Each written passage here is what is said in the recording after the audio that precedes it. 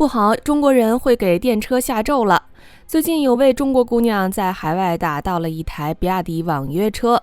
她一上车，司机就懵了，车居然易主了，姑娘让她干什么就干什么，比自己这个车主的命令还好使。看见老家人就这么亲切吗？大家好，欢迎来到星球热点，国家大事从不缺席，舆论场中抽丝剥茧，聚焦独家中国资讯。点赞、订阅加小铃铛，带你用不一样的视角读懂中国故事。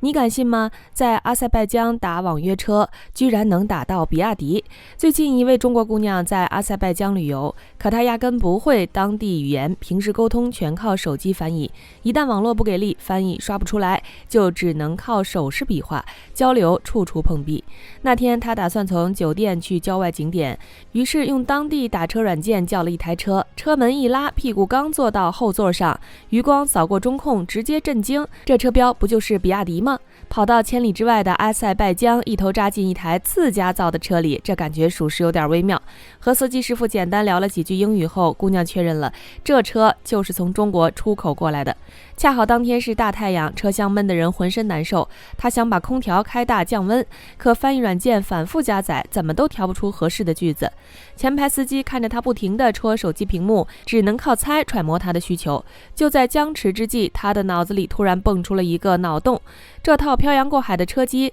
到底还认不认识老家的唤醒词？这个念头一起，他直接对着中控来了一句你好小迪，下一秒车机就蹦出了一句英文 Hello， 紧接着就直接切回了中文模式。听到车内传出应答，连他自己都愣了，随后他只是顺嘴吐槽了一句车里太热，可话音还没落，车机直接就给空调拉满了风量，比划半天解决不了的麻烦，2句话就搞定，全程手都不用碰。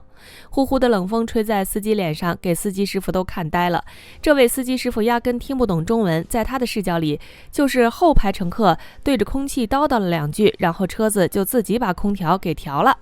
他慢慢转过头，眼睛瞪得溜圆，死死盯着后座的姑娘，脸上写满难以置信。后来靠翻译软件沟通才知道，这名司机开这台比亚迪跑网约车已经有段日子了。他知道车子智能，平时全都用本地语言操控，从来不知道这玩意儿还听得懂中文，更没想到反应速度这么干脆，完事儿还盯着中控屏来回打量，仿佛重新认识了这台车。看着司机师傅的表情，姑娘乐坏了，直接把这有趣的一幕录下来传到了网上，没想到直接炸锅了。评论区里有不少人调侃，司机刚开始怕是以为自己拉到一个会施法念咒的，还有人感慨10几年前出国，街上跑的全是欧美日韩车，想看见一台国产汽车难如登天。如今跑遍不少海外国家，街头随处可见国产新能源车，就连车机里还藏着我们熟悉的母语，这种变化在以前谁敢想？确实，东南亚、中东、欧洲不少城市的网约车队伍里，国产新能源占比越来越高，当地司机愿意掏钱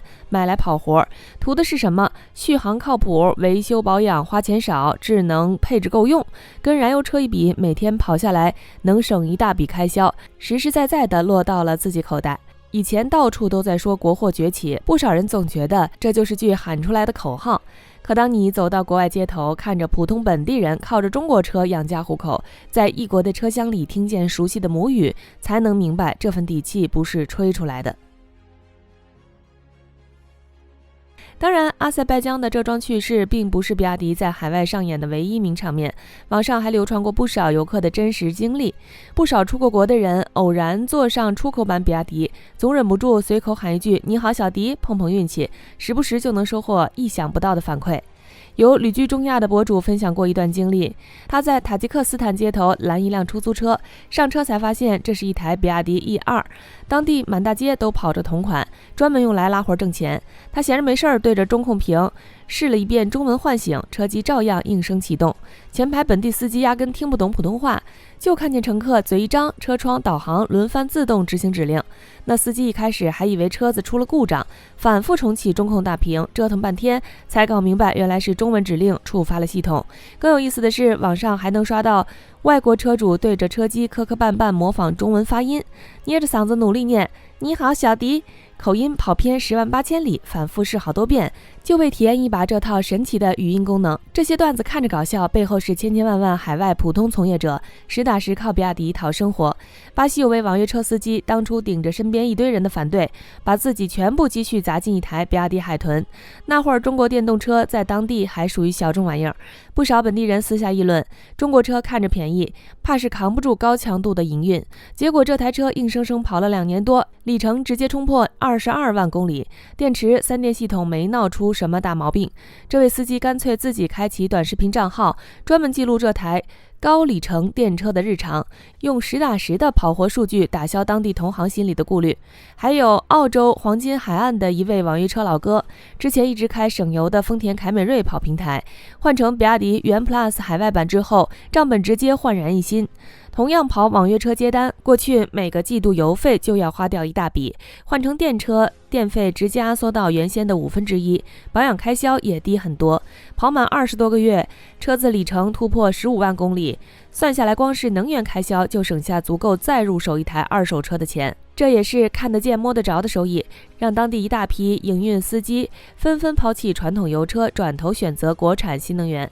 别以为这些车子只是单纯卖出去就完事儿，早些年国产汽车出海，很多时候只是把整车运到海外，售后配套全是短板，车子卖出去之后，后续维护全靠车主自己想办法。现在的比亚迪出海玩法完全不一样，整车运过去的同时，智能座舱、充电网络、维修保养体系整套跟着落地。巴西已经建起规模不小的整车工厂，不光供给本土市场，还承接周边国家的整车订单，从零部件组装到整车下线，全部在当地完成。匈牙利的生产基地也在稳步推进，连当地前外长都选择加入团队，帮忙对接欧洲市场的各类合作事务。很多外国普通车主不会去研究什么刀片电池、DP-LOT 这些专业名词，他们不在乎这套技术在行业里有多厉害，他们只关心充一次电能跑多少里程，跑一天下来能不能接到足够多单子，坏了之后能不能快速修好，花钱多不多。恰恰是这些朴素的需求，让国产新能源车在海外站稳脚跟。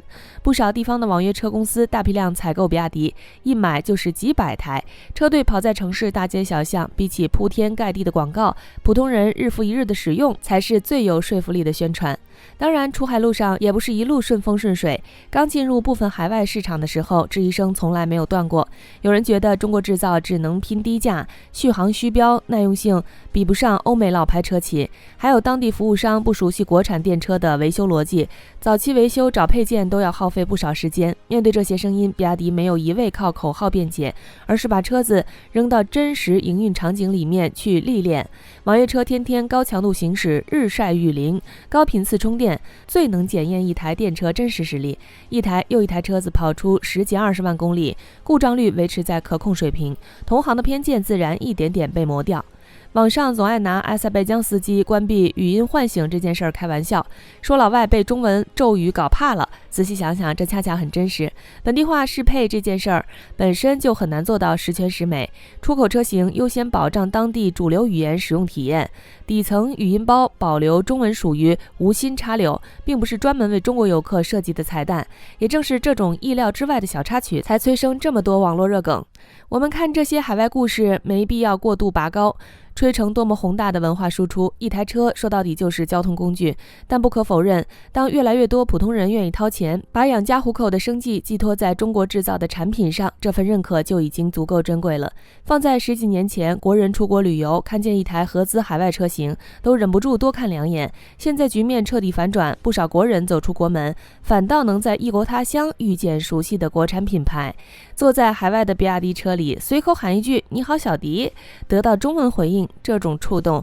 无关参数多炸裂，更多的是一种真切的时代变化。或许再过几年会有更多这样有趣的小故事不断流传，可能是在南美的街头，也可能是在欧洲小城，某个出门在外的中国人坐上一台国产电车，随口唤醒语音助手，再给当地司机上演一出东方魔法。而这一切的背后，是一台台踏踏实实跑在海外路面上，帮当地人赚钱谋生的中国车。